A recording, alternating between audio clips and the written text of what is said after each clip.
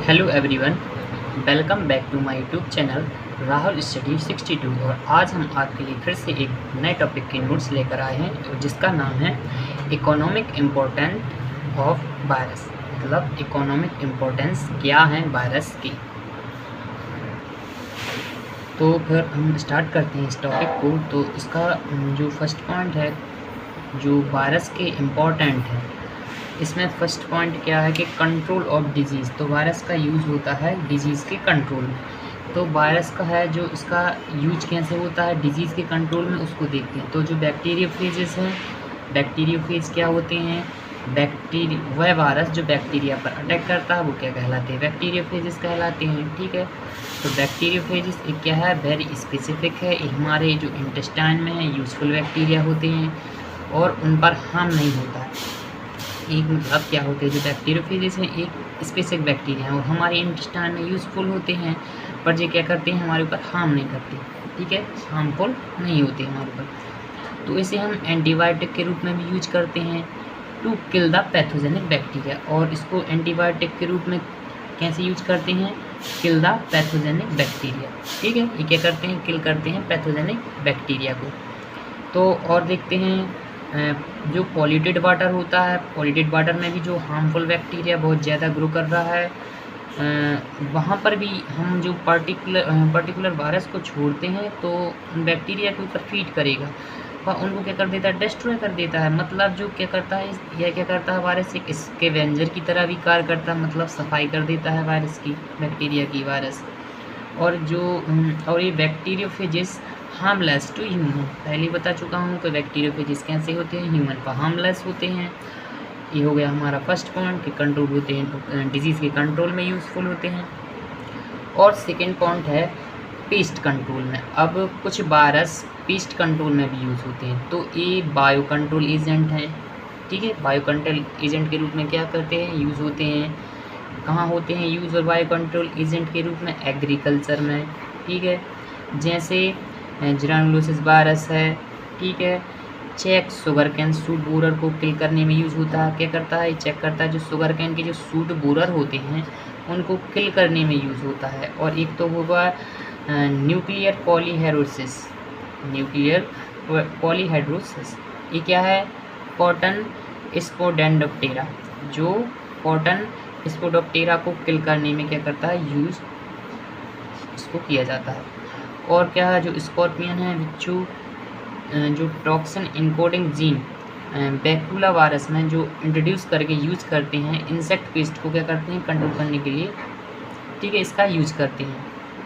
किसको? बैक्यूलो वायरस को। और सम एनिमल एंड इंसेक्ट जो ह्यूमन के लिए हार्मफुल होते हैं, उनको कंट्रोल करने के लिए भी क्या है? एक स्पेसिफिक वायरस यूज होता है। जैसे कुछ एनिमल है, इंसेक्ट है, जो क्या होते हैं? एनिमल और इंसेक्ट जो ह्यूमन के लिए कैसे होते हैं? हार्मफुल होते हैं। उनको कंट्रोल करने के लिए भी कुछ जो स्पेसिफिक वायरस होते हैं उनका यूज किया जाता है। ठीक है, अब हम नेक्स्ट देखते हैं use of virus in gene therapy. तो फिर जो ह्यूमन सेल में जो फंक्शनल जीन इंट्रोड्यूस करना। ठीक है, ह्यूमन सेल है उसमें फंक्शनल जीन इंट्रोड्यूस करना। डिफेक्टिव जीन होता है जब यह जीन थेरेपी कहलाती है। तो मतलब जीन थेरेपी क्या है? जब कोई डिफेक्टिव जीन है उसको रिप्लेस किया जाता है किसके? फंक्शनल जीन के द्वारा। ये क्या है? Gene therapy. तो जो वायरस यूज होता है जीन ट्रांसफ़र के लिए, वन सेल टू अनदर। ठीक है, वन सेल टू अदर। और भी लार्जली यूज़ कैंसर ट्रीटमेंट में। और जो क्या होता है? और भी वायरस किसके ट्रीटमेंट में यूज होता है? कैंसर के ट्रीटमेंट में।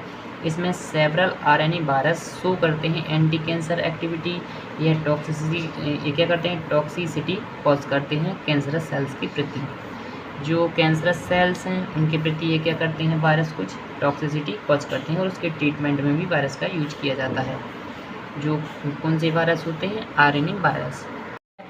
इन प्रिपेयरिंग एंटीडोट्स और वैक्सीन। तो first start production of vaccine. तो जो वैक्सीन का प्रोडक्शन है उसको फर्स्ट किसने स्टार्ट किया? तो वो साइंटिस्ट हैं एडवर्ड जेनर और 1796।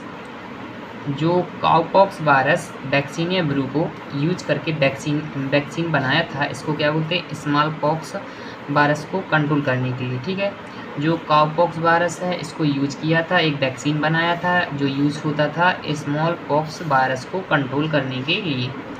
तो जो काउपॉक्स हेल्प करता है एंटीबॉडी और मेमोरी सेल के प्रोडक्शन के लिए, जो स्मॉल पॉक्स वायरस पर रिएक्ट करता है।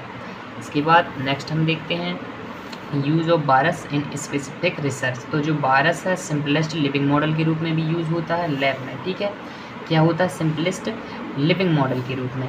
In the research of genetics, मतलब जिस जेनेटिक्स की रिसर्च है इसमें वायरस मोस्टली यूज़ होता है बैक्टर की फॉर्म में, जैसे bacteriophage, lambda phase, M13 phases. ठीक है, और यह रिकॉम्बिनेंट डीएनए टेक्नोलॉजी में भी यूज होता है। जो रिकॉम्बिनेंट की जो डीएनए टेक्नोलॉजीज होती हैं उसमें भी एक वायरस क्या है, इंपॉर्टेंट रोल प्ले करता है।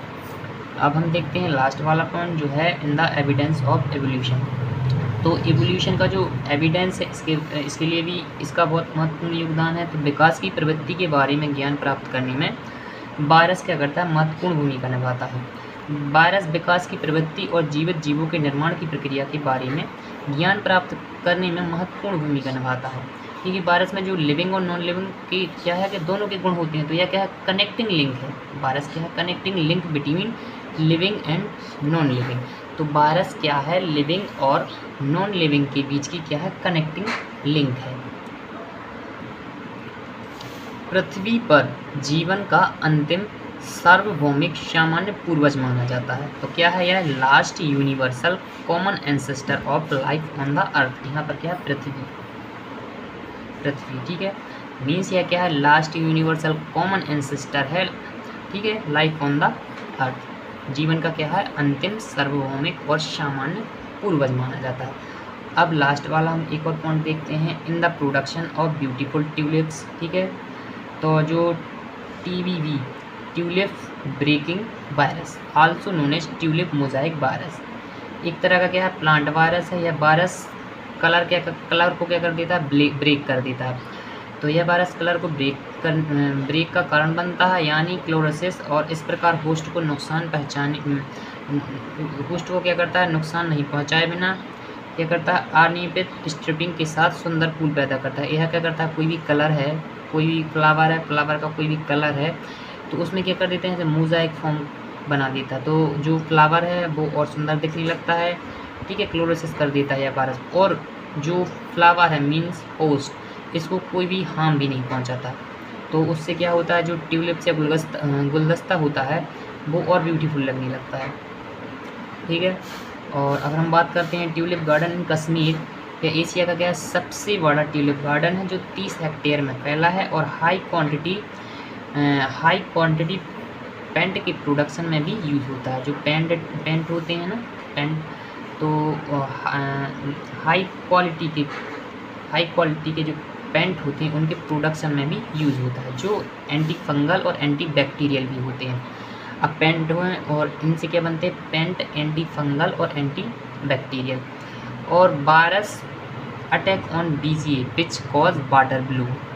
अब हमें पता है कुछ ब्लू ग्रीन एल्गी ऐसे होते हैं जो लेक या वाटर है या तालाब में क्या कर देते हैं, ब्लू ग्रीन एल्गी इस प्रकार एक लेयर बना लेते हैं, जिससे जो अंदर की जो एक्वाटिक लाइफ होती है उनको क्या होता है, खतरा होता है और वो मतलब नष्ट भी हो जाती हैं।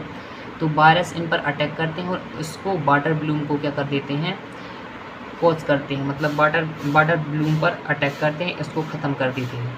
ठीक है, जिससे जो एक्वाटिक लाइफ है वो भी सेफ रहती है। नहीं तो ये वाटर ब्लूम है, इससे एक्वाटिक लाइफ ख़त्म हो जाती है पूरी तरह से। और जो क्योंकि ये क्या करते हैं, जो वाटर होता है उसकी ऑक्सीजन को सक कर लेते हैं, और जो लाइट होती है, लाइट भी अंदर नहीं पेनिट्रेट कर पाती। ठीक है, तो इसके बाद नेक्स्ट टॉपिक देखते हैं।